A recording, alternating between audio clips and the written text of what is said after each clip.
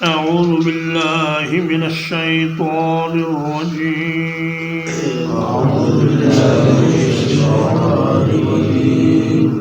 وأما الغلام، اور جہاں تک لڑکے کا معاملہ ہے، فَكَانَ أَبَوَاهُ مُؤْمِنَيْنِ، تو اس کے ماں باپ مومن تھے. فَخَشِينَا، تو ہم اس بات سے ڈرے، أَن يُرْهِقَهُمَا، یہ کہ وہ انہیں پھنسا دے، طغیانا وکفرا، سرکشی میں اور کفر میں. فَأَرَدْنَا أَن يُبْدِلَهُمَا رَبُّهُمَا، تو ہم نے ارادہ کیا کہ ان کا رب ان کو اس کے بدلے میں دے.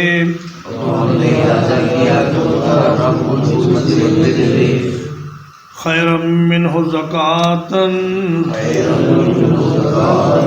ایسی اولاد جو پاکیزگی میں اس سے بہتر ہو. وَأَقْرَبَ رُحْمًا، اور زیادہ قریب ہو شفقت میں. جناب خضر علیہ السلام نے فرمایا کہ لڑکے کو اس لیے قتل کیا گیا ہے کہ اس کے ماں باپ مومن تھے، اللہ کے نیک بندے تھے.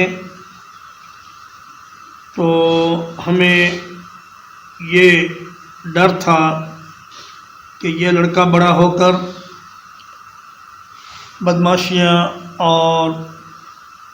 کفر کرے گا اور سرکشی کرے گا، اور ماں باپ کہیں شفقت پدری کی وجہ سے اس کا ساتھ دینے پر مجبور نہ ہو جائیں. تو اس لیے اللہ نے یہ فیصلہ فرمایا کہ اس بچے کو قتل کر دیا جائے. تو معلوم ہوا آیت کریمہ سے کہ اللہ تعالیٰ اپنے مومن بندوں کی مستقبل کے فتنوں سے بھی حفاظت فرماتا ہے، اور جو آدمی اللہ کا فرما بردار بن جائے، اللہ پاک اس کو ہر قسم کے دینی اور دنیاوی فتنوں اور آزمائشوں سے محفوظ کر لیتے ہیں. تو فَأَرَدْنَا، قتل کے ارادے کو اپنی طرف منسوب فرمایا جناب خضر علیہ السلام نے، لیکن اولاد دینے کے معاملے کو اللہ کی طرف منسوب فرمایا کہ ان یبدلہما ربہما، ان دونوں کا رب ان کو اس کے بدلے میں ایسی اولاد دے جو اس سے بہتر ہو پاکیزگی میں، اور زیادہ شفقت کرنے والی ہو، ماں باپ کی زیادہ خدمت اور زیادہ عزت کرنے والی ہو، اور ان کے ساتھ ہمدردی اور نیکی کرنے والی ہو. وَأَمَّا الْجِدَارُ، اور رہی دیوار، فَكَانَ لِغُلَامَيْنِ يَتِيمَيْنِ، تو وہ دو یتیم لڑکوں کی تھی. فِي الْمَدِينَةِ، جو شہر میں رہتے تھے. وَكَانَ تَحْتَهُ كَنْزٌ لَهُمَا، اور اس دیوار کے نیچے ان دونوں کے لیے ایک خزانہ تھا. وَكَانَ أَبُوهُمَا صَالِحًا، اور ان دونوں کا باپ نیک آدمی تھا. فَأَرَادَ رَبُّكَ، تو آپ کے رب نے ارادہ فرمایا ان یبلغا اشدہما کہ وہ دونوں لڑکے اپنی جوانی کو پہنچ جائیں وَيَسْتَخْرِجَا كَنْزَهُمَا اور وہ دونوں اپنا خزانہ خود نکالیں رحمتاً من ربک آپ کے رب کی رحمت کے ساتھ وما فعلته عن امری اور میں نے یہ اپنی مرضی سے نہیں کیا ذالک تأویل یہ ہے اصل حقیقت ما لم تستطع علیہ صبرا جس پر آپ صبر نہ کر سکے جناب خضر علیہ السلام نے فرمایا کہ دیوار کا معاملہ یہ تھا کہ اس دیوار کے نیچے 2 یتیم بچوں کا خزانہ تھا تفاسیر میں آیا کہ یہ سونے کی تختیاں تھیں جن پر کچھ نصیحتیں لکھی ہوئی تھیں تو اگر یہ دیوار گر جاتی تو خزانہ ننگا ہو جاتا اور لوگ اس کو اٹھا کر لے جاتے اور یہ کمزور بچے کچھ بھی نہ کر سکتے اس لیے اللہ پاک نے یہ فیصلہ فرمایا کہ یہ دیوار اس وقت تک قائم رہے جب تک یہ بچے جوان نہ ہو جائیں اور جب یہ جوان ہو جائیں تو یہ خود ہی اپنے ہاتھوں سے اپنا خزانہ نکالیں اور اس کو استعمال میں لائیں فرمایا کہ یہ اللہ پاک کی رحمت کے ساتھ یہ فیصلہ کیا گیا تو معلوم ہوا کہ جو آدمی نیک ہوتا ہے اللہ کا مقبول بندہ ہوتا ہے اللہ تعالیٰ اس کی اولاد کی بھی حفاظت فرماتا ہے اور اس کی اولاد کے مفادات کا خیال رکھتا ہے اور قیامت کے دن بھی نیک آدمیوں کی نیک اولاد کو خاص رعایت دی جائے گی سورہ طور کی آیت نمبر 21 میں اللہ تعالیٰ فرماتے ہیں کہ والذین آمنوا واتبعتهم ذریتهم بإیمان الحقنا بهم ذریتهم فرمایا کہ جو لوگ ایمان لائیں گے نیک زندگی گزاریں گے ان کی اولادوں کو بھی اگر وہ ایماندار ہوں گی تو ہم ان کے ساتھ ملا دیں گے اگرچہ وہ عمل میں ذرا کمزور بھی ہوں لیکن اپنے نیک ماں باپ کے ساتھ ان کو جنت میں اللہ پاک جمع فرما دیں گے اور اس رعایت کے بدلے میں ماں باپ کے اجر سے کچھ کمی نہیں کی جائے گی بلکہ یہ اجر ان کو اضافی طور پر عطا کیا جائے گا تو فرمایا کہ خزانے کو نکالنا اور بچوں کا جوان ہونا اس کو بھی جناب خضر نے اللہ تبارک و تعالیٰ کی طرف منسوب کیا کہ فَأَرَادَ رَبُّكَ آپ کے رب نے یہ ارادہ فرمایا أَن يَبْلُغَا أَشُدَّهُمَا وَمَا فَعَلْتُهُ عَنْ أَمْرِي میں نے یہ جو کچھ کیا اپنی مرضی سے نہیں کیا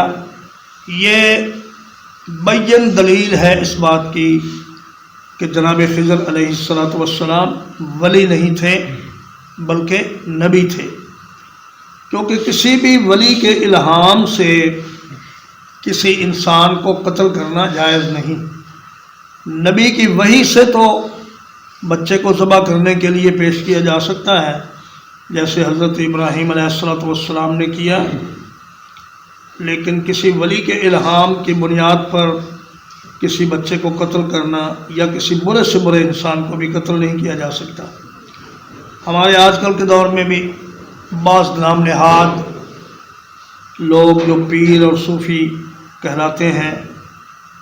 ان میں سے کچھ پکڑے گئے. انہوں نے کہا جی ہمیں الہام ہوا ہے کہ اپنے بچوں کو ذبح کر دو، اپنے بیٹوں کو ذبح کر دو. تو ان کا یہ الہام جھوٹا ہے، اس لیے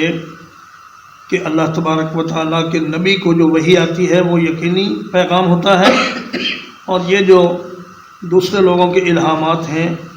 یہ محض خیالات ہوتے ہیں اور ظن ہوتے ہیں. ولی کے الہام کا انکار نہیں، لیکن ولی کا الہام ایک خیال ہوتا ہے جو اس کے دل میں ڈال دیا جاتا ہے،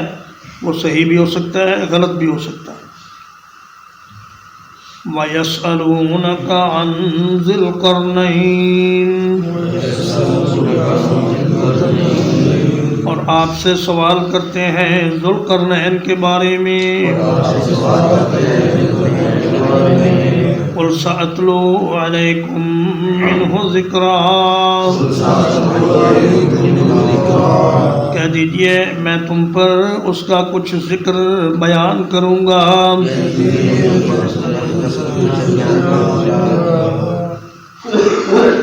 ذو القرنین کا نام عربوں میں معروف تھا، اور بعض جاہلی شعراء نے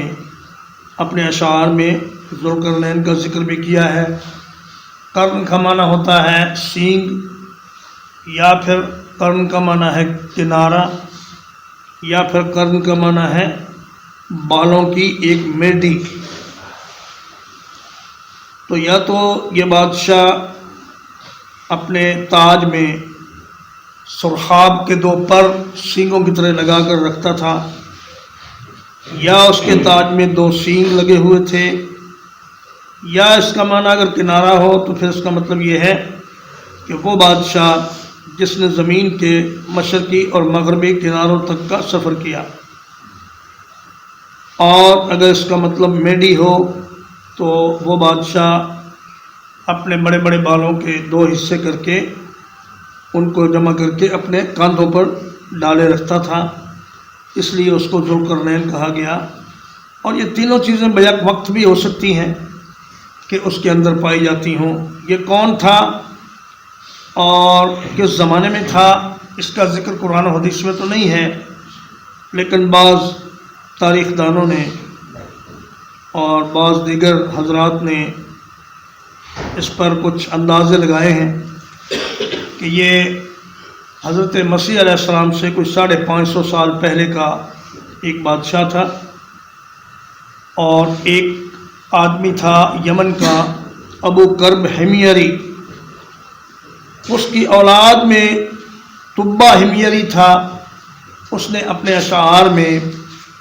اپنے اس والد یا دادے کا ذکر کیا ہے کہ وہ بادشاہ تھا اور بڑی قوت والا تھا. تو یہ یمن کا بادشاہ بھی ہو سکتا ہے. بعض نے کہا یہ ایران کا بادشاہ خورس تھا. اور علامہ ابن حجر فتح الباری میں اور علامہ ابن کثیر البدایہ والنہایہ میں اس بات کی طرف گئے ہیں کہ یہ ابراہیم علیہ السلام کے زمانے کا ایک بادشاہ تھا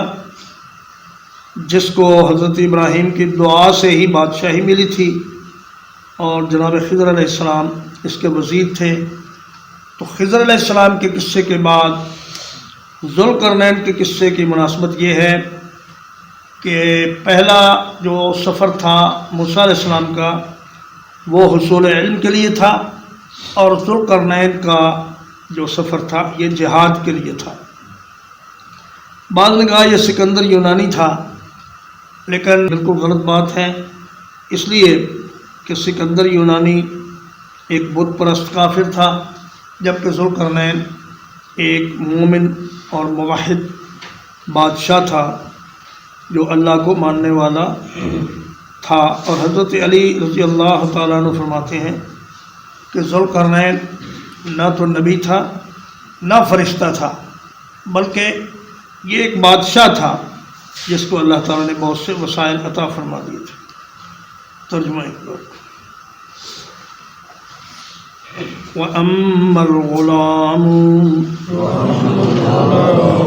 جہاں تک لڑکے کا معاملہ ہے، فکان ابواہ مؤمنین، تو اس کے ماں باپ مومن تھے، فخشینا ان یرہقہما، تو ہم ڈرے کہ وہ انہیں نہ پھنسا دے، طغیانا و کفرا، سرکشی میں اور کفر میں، فأردنا، تو ہم نے ارادہ کیا، ان یبدلہما ربہما، یہ کہ ان کا رب انہیں اس کے بدلے میں ایسی اولاد دے، خیرا منہ زکاۃً، جو اس سے بہتر ہو پاکیزگی میں، وَأَقْرَبَ رُحْمًا، اور زیادہ قریب ہو شفقت میں، وَأَمَّا الْجِدَارُ، اور رہی دیوار، فَكَانَ لِغُلَامَيْنِ يَتِيمَيْنِ، تو وہ دو یتیم بچوں کی تھی، فی المدینۃ، جو شہر میں تھے، وَكَانَ تَحْتَهُ كَنْزٌ لَهُمَا، اور اس دیوار کے نیچے ان دونوں کا خزانہ تھا، وَكَانَ أَبُوهُمَا صَالِحًا، اور ان دونوں کا باپ نیک آدمی تھا، فَأَرَادَ رَبُّكَ أَن يَبْلُغَا، تو آپ کے رب نے ارادہ کیا کہ وہ پہنچ جائیں، اشدہما، اپنی جوانی کو، ویستخرجا کنزہما، اور نکال لیں وہ دونوں اپنا خزانہ، رحمتاً من ربک، آپ کے رب کی رحمت سے، وما فعلتہ عن امری، اور میں نے یہ سب کچھ اپنی طرف سے نہیں کیا، ذالک تأویل، یہ ہے اصل حقیقت، ما لم تستطع علیہ صبرا، جس پر آپ صبر نہ کر سکے، وَيَسْأَلُونَكَ عَنْ ذِي الْقَرْنَيْنِ، اور آپ سے ذوالقرنین کے بارے میں پوچھتے ہیں، قُلْ سَأَتْلُو عَلَيْكُمْ مِنْهُ ذِكْرًا، کہہ دیجئے کہ میں ضرور آپ پر بیان کروں گا اس کا کچھ ذکر،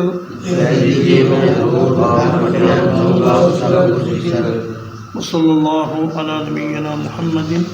وآلہ وصحبہ۔